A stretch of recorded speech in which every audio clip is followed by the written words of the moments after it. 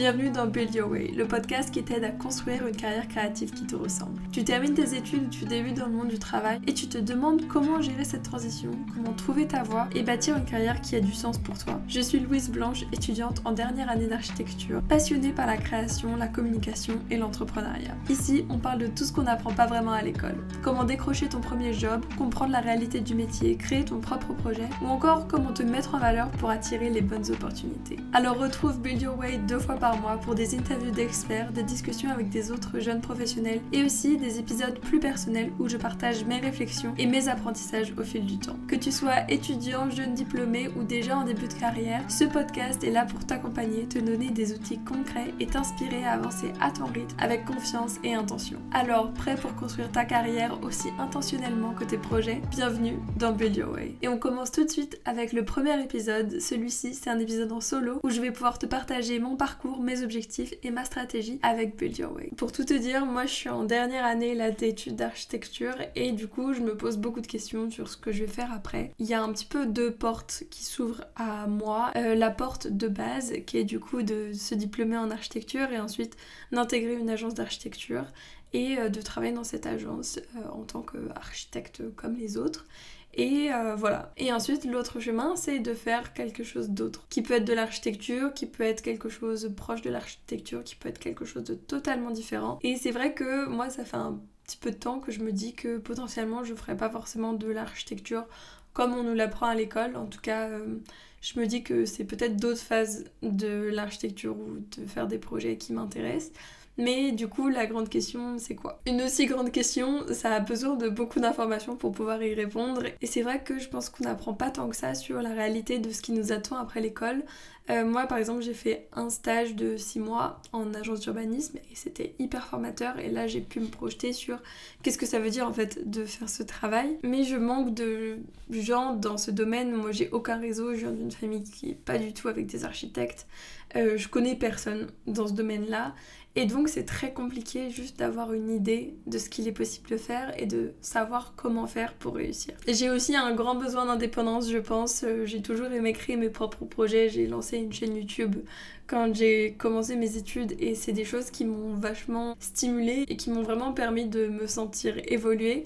Et j'ai aussi envie de développer cet aspect-là de mes compétences et de ma personnalité, d'avoir un espace de communication où je peux partager mon parcours, mais aussi aider d'autres personnes qui sont potentiellement dans la même situation que moi ou qui sont un petit peu plus tôt dans le parcours et pouvoir aider, que ce soit pas juste une recherche personnelle, mais que ce soit aussi partagé, qu'on puisse apprendre les uns des autres et qu'on puisse se donner les clés pour justement construire cette carrière ou en tout cas ce chemin professionnel qui nous correspond. Mon but, c'est vraiment d'avoir un espace où la parole, elle est libre, où on s'appuie sur les expériences des autres et on essaye d'apprendre de leurs erreurs pour essayer, nous, de pas les faire ou alors justement de se dire non mais moi c'est quelque chose qui m'intéresse.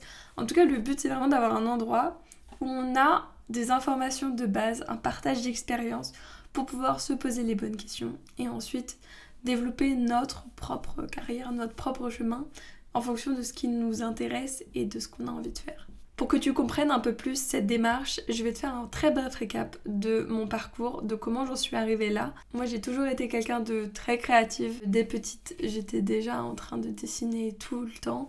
Et très tôt est venue cette idée de l'architecture. J'étais hyper passionnée par les maisons. Je m'amusais à dessiner des maisons un peu partout. Très tôt, j'ai même testé des logiciels de modélisation en 3D et j'ai adoré ça. Et c'est devenu très très clair que c'était ça que je voulais faire. Après le lycée, j'ai intégré une école d'architecture, donc l'ENSA à Nantes. Et j'ai commencé mes études d'architecture et j'étais hyper à fond. Le seul truc, c'est que je me suis rendu compte pendant mes études de la réalité qui n'était pas forcément ce à quoi moi je m'attendais en termes de comment étaient les études et aussi quels étaient les débouchés après. Pour tout te dire, moi j'étais rentrée en école en me disant que j'allais ressortir pour construire des maisons pour des gens. Et plus j'en apprenais sur l'architecture, sur l'histoire de l'architecture, sur comment ça fonctionnait, plus je me disais que en fait ça m'intéressait pas forcément, plus je me disais que moi j'avais bien envie de bien gagner ma vie, pour pas se le cacher, et que en fait c'est compliqué de bien gagner sa vie, et que souvent la bonne solution c'est d'avoir des clients qui ont de l'argent, mais que moi avoir des clients qui avaient de l'argent, des personnes très riches, c'était pas le genre de clients que j'avais envie d'avoir. Et donc tout d'un coup je me suis dit mais en fait qu'est-ce que je vais faire? Est venue ensuite une phase un peu d'exploration où j'étais notamment en Allemagne et j'ai testé d'autres choses de l'architecture, notamment un projet en paysage, un projet en urbanisme. Et là, je sais pas, ça m'a un peu plus parlé, il y avait un truc. J'adorais ce côté d'avoir une échelle beaucoup plus vaste et d'avoir l'impression de pouvoir vraiment faire quelque chose pour le bien commun. Notamment c'était la question de la nature en ville et moi ça me tenait vachement à cœur. Et donc je me suis dit que peut-être que l'urbanisme ça pourrait me correspondre. En tout cas j'ai commencé un petit peu à partir de cette image de base de l'architecture, de vraiment le bâtiment, les détails, le côté constructif et de me tourner plus sur un côté global, comment ça fonctionne, l'urbanisme, l'échelle de la ville, une échelle beaucoup plus grande. Et j'ai trouvé ça hyper intéressant. Pendant mes premières années d'études, du coup, face à cette grande différence entre moi, ce que j'avais anticipé des études d'architecture et ce qui se passait vraiment, j'ai commencé une chaîne YouTube où je partageais un peu mon quotidien en tant qu'étudiante en architecture.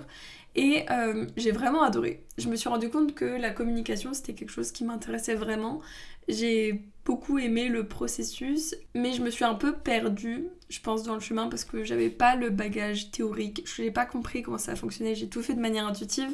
Et il y a un moment où je me suis rendu compte que les gens attendaient de moi, les personnes qui me regardaient, en tout cas les personnes dont j'avais écho, attendaient de moi que je sois en gros l'étudiante en architecture, un peu justement stéréotypique. Or c'était pas du tout ce que j'étais et c'est pour ça que j'avais commencé aussi. Mais je me suis retrouvée un peu piégée là-dedans. J'ai pas trop su comment jouer avec ou je sais pas réagir. Et comme moi je me posais des questions sur est-ce que je voulais vraiment continuer en architecture, est-ce que je voulais vraiment faire ça, j'arrivais plus en fait à partager parce que j'avais l'impression de pas correspondre à la personne que mon audience voulait que je sois. Alors c'est un peu bête, maintenant avec le recul je me rends compte que il n'y avait pas du tout besoin, mais ça m'a un peu pris la tête et au final ça m'a un peu démotivée et j'ai un peu arrêté. Mais du coup, forte d'avoir testé l'urbanisme, je me suis dit peut-être que ça pourrait me plaire. Et donc pour mon stage de master, j'ai fait un stage en agence urbanisme. Ça m'a ultra intéressée, j'ai beaucoup aimé, mais c'est vrai qu'il y avait quand même ce côté 9 to 5. Genre t'as un vrai travail, c'est fixe. Et là je me suis dit, j'ai quand même besoin d'indépendance dans ma vie. J'aimerais bien avoir un truc à côté, un truc un peu plus créatif, où je suis peut-être un peu plus indépendante, où je peux faire quelque chose que j'aime. Et en même temps, j'ai commencé un peu à me renseigner. Et du coup, ça m'a donné envie de recommencer ce projet que j'avais déjà lancé super longtemps avant. Cette chaîne YouTube que j'avais déjà, cette page Instagram que j'avais déjà, avec déjà des gens qui me connaissaient, avec déjà un message et des choses que j'aimais partager. Et j'ai décidé de recommencer petit à petit pour reprendre le rythme. Et ça m'a vraiment intéressée. Là, je me suis dit, putain, j'aime bien et tout. J'ai regardé un peu le graphic design, tout ça, tout ça. Et je me suis dit, waouh, en vrai, c'est chouette, j'aimerais bien faire ça. Et donc, j'ai continué un petit peu. J'ai eu au final une mission en freelance pour faire la charte graphique, le logo, etc. d'un projet. Et c'est vrai que ça m'a un petit peu motivée à me renseigner sur cette partie communication marketing. Et j'ai commencé à écouter plein de podcasts H24, vraiment. Et c'est là où je pense en écoutant tous ces podcasts de marketing, de communication, il y avait pas mal de modules sur le personal branding. Et là je me suis rendu compte, j'ai compris en fait la théorie derrière ce que j'avais fait, derrière mon expérience avec ma chaîne YouTube, avec ma présence sur les réseaux sociaux. J'ai compris comment ça fonctionnait, j'ai compris comment ça fonctionnait de créer une marque. Et j'ai compris qu'en fait ce que j'avais construit c'était un truc de malade, mais que je n'avais pas conscience parce que je comprenais pas comment ça fonctionnait. Et donc là, ça m'a vraiment redonné envie en me disant maintenant je comprends comment ça fonctionne, j'ai envie de reprendre ce projet parce que je pense que c'est hyper intéressant, mais il faut que je change pour que ça fonctionne, que moi ça m'apporte toujours quelque chose et que je parle à des personnes avec qui je résonne et que je puisse les aider et que potentiellement on puisse grandir ensemble. Et donc je me suis un peu posé des questions, j'ai testé pas mal de trucs et c'est vrai que en ce moment, le truc qui me travaille, le truc qui me fait m'empêcher de m'endormir, c'est qu'est-ce que je vais faire après être diplômée.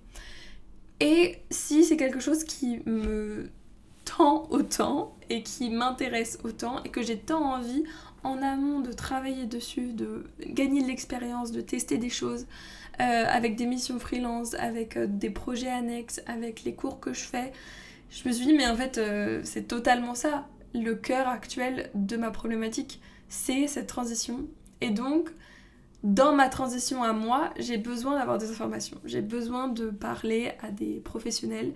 J'ai besoin d'avoir une meilleure idée en fait de ce qui se passe après l'école, après le diplôme. Et j'ai besoin aussi de voir des personnes qui lancent leur propre projet, parce que moi c'est ce que je suis en train de faire, de voir comment est-ce que c'est possible de l'utiliser pour ensuite potentiellement aider une activité plus liée à l'architecture. Et j'ai envie d'être en contact avec ces personnes parce que j'ai envie d'apprendre de ces personnes, que ça m'inspire pour moi mes projets et aussi que potentiellement ça puisse aider d'autres personnes. Et donc on arrive sur ce podcast. Pourquoi ce podcast ? Déjà, de 1, j'adore les podcasts.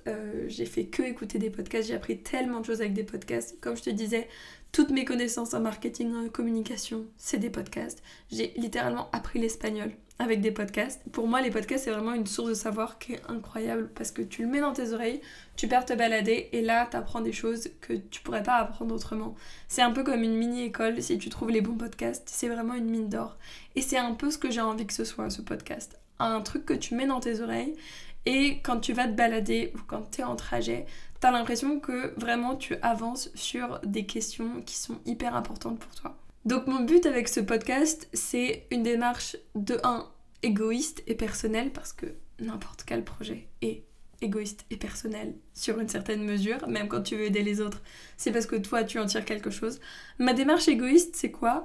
C'est avoir l'occasion, grâce à ce podcast, de parler à des gens avec qui j'aurais pas forcément l'occasion de parler. C'est pour moi le moyen de pouvoir envoyer un message à quelqu'un que je trouve inspirant, qui a un projet que je trouve super intéressant, et lui dire « Viens, on en parle ». Et moi, ça me permet d'avoir une conversation avec cette personne et de poser les questions que j'ai envie de poser. Ça, c'est vraiment le côté égoïste et personnel dans cet accès à l'information dont je te parlais, des choses dont j'ai besoin pour moi pouvoir évoluer dans mon propre parcours et dans ma propre carrière. Le truc, c'est que si moi ça m'intéresse, ça intéressera potentiellement, très probablement, d'autres personnes qui sont un peu dans le même cas que moi. Et donc l'idée d'un podcast, c'est aussi qu'il y ait des personnes qui l'écoutent. C'est pas juste pour moi de le faire, c'est pour que ça puisse parler à d'autres personnes, que ça puisse intéresser et que ça puisse apprendre des choses. Donc le but, c'est d'avoir des conversations qui, moi, me sont utiles, dans l'idée que ce sera utile à d'autres personnes qui sont un peu dans un cas similaire. Et là où c'est un peu méta aussi, c'est que du coup, de créer ce podcast, ça me permet, moi, d'avoir un projet. D'avoir ce projet dont je te parlais, qui me permet d'avoir mon indépendance, qui me permet de faire quelque chose dont j'ai envie, où c'est moi qui ai les rênes du traîneau et de pouvoir le faire à côté d'un travail. Si du coup quand je suis diplômée, j'ai un travail à plein temps, de pouvoir continuer d'avoir ce projet à côté, où je suis libre, où je fais un peu ce que je veux créativement, mais aussi où j'ai l'impression vraiment de construire quelque chose. C'est un peu mon côté entrepreneur. Et je trouve ça hyper intéressant et c'est vraiment quelque chose que j'ai envie de faire. Et puis il faut pas se le cacher, aujourd'hui on est quand même dans un moment dans la vie, en tout cas dans une ère digitale et de marketing où avoir un personal branding c'est hyper important. Et je me suis rendu compte que ça pouvait vraiment apporter des nouvelles opportunités. Le fait d'avoir une présence sur les réseaux sociaux, moi ça m'a ouvert des portes. Ça m'a permis d'avoir des travails que j'aurais pas eu autrement. Ça m'a permis de faire des choses que j'aurais pas pu faire autrement et j'ai envie de continuer ça. Et honnêtement, pour être totalement transparente, pour moi ça fait aussi partie de ma stratégie d'avoir ce podcast et donc d'asseoir ma légitimité, de créer des nouvelles opportunités et potentiellement de créer une offre en fait avec ça, de montrer ma valeur d'une autre manière et de créer ma propre marque personnelle. Donc maintenant que tu comprends de manière très très transparente toutes mes motivations pour faire ce podcast, au moins tu sauras pourquoi et tu sauras pourquoi ça risque de vraiment continuer parce qu'il y a un vrai enjeu, il y a un vrai but et il y a un côté à la fois totalement égoïste et personnel et aussi de partage parce que c'est quelque chose qui me tient à cœur et je pense que ça peut être super intéressant pour tout le monde. Donc qu'est-ce que toi en tant qu'auditeur tu vas retrouver ici et qu'est-ce que ça va t'apporter ? Déjà le podcast c'est 2 épisodes par mois. Le but c'est d'avoir 3 formats différents. On a des formats qui seront en solo, où c'est moi toute seule, comme aujourd'hui par exemple, où je vais partager plutôt des choses liées à mon expérience, à mon parcours. On va aller un peu plus en profondeur, le but c'est d'avoir une parole très transparente, que je te raconte vraiment moi mes stratégies, moi les choses qui ont été un peu plus compliquées et que moi j'ai un moment un peu plus réflectif. Le but c'est vraiment de faire un partage d'expérience un peu plus cru et de pouvoir creuser certains domaines. Ensuite, on a des interviews d'experts ou alors des interviews de personnes qui sont déjà dans le monde professionnel ou qui ont lancé leur projet. Donc généralement, on va retrouver des personnes qui ont un travail vraiment dans le domaine de l'architecture, de la création. Et souvent, ce sera des personnes qui ont déjà créé quelque chose qui a une visibilité, parce que moi, c'est comme ça que déjà je peux les rencontrer, que je peux en entendre parler.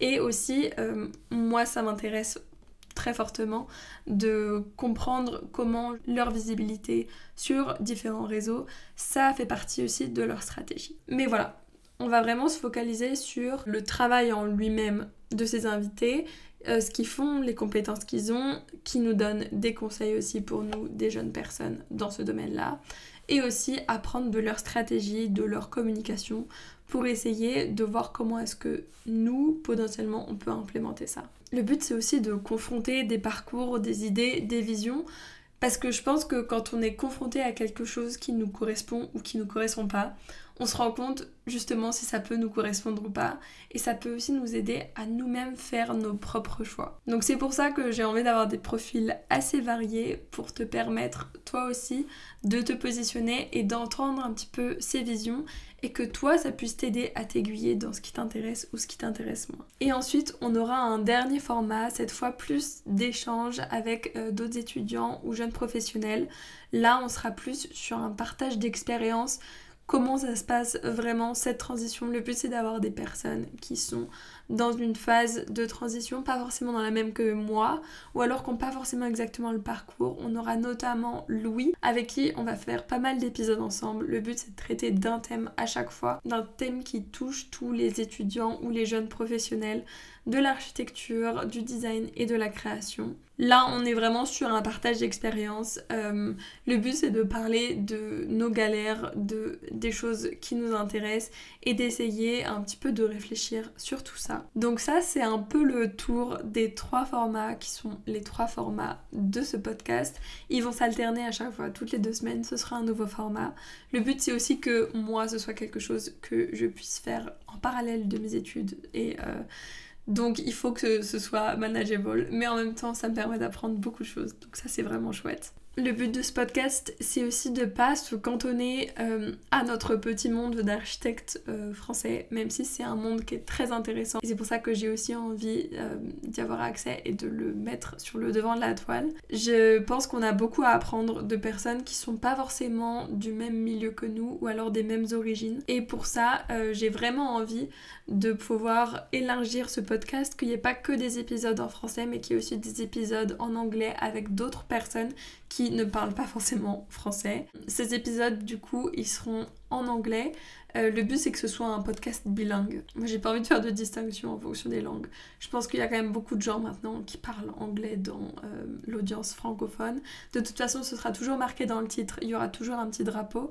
Mais le but, c'est qu'on puisse aussi apprendre de personnes qui ont un autre parcours, qui habitent peut-être dans d'autres pays où les choses fonctionnent d'autre manière qu'en France. Si tu vois des épisodes passer en anglais, c'est normal, n'hésite pas à les écouter, ce sera les mêmes formats, ce sera le même principe, mais juste avec des intervenants qui ne sont pas francophones et qui pourront offrir une vision peut-être un peu plus élargie de notre petite vision francophone. Donc voilà pour ce nouveau projet, c'est un gros projet pour moi, c'est quelque chose que j'ai envie de faire depuis super longtemps. J'espère vraiment que ça va te plaire, en tout cas si pour l'instant ça résonne avec toi et que tu as envie de voir les prochains épisodes, sache que la semaine prochaine c'est notre première interview d'expert et on commence avec un sacré expert. Donc n'hésite pas à t'abonner à ce podcast et de laisser un avis, ça permettra de booster un petit peu le podcast sur les différentes plateformes. Sache aussi que ce podcast il est du coup disponible en audio et en vidéo, donc en audio sur toutes les plateformes de podcast et en vidéo sur YouTube. Le but c'est vraiment de laisser personne de côté et d'avoir un podcast le plus accessible possible. Le but c'est que ce podcast ce soit un espace de discussion et pas seulement de diffusion, donc n'hésite pas à me faire des retours, me poser des questions ou me partager des thèmes qui toi t'intéresseraient. Tu peux le faire directement en DM sur Instagram à louiseblanche7. Je regarderai tout ça et je l'intégrerai directement dans les idées pour ce podcast. En tout cas, j'ai hâte de t'emmener sur ce chemin pour t'aider à construire ta carrière. Et je te dis à dans 2 semaines pour le premier épisode avec un interview de professionnel. C'était Louise Blanche, à la prochaine.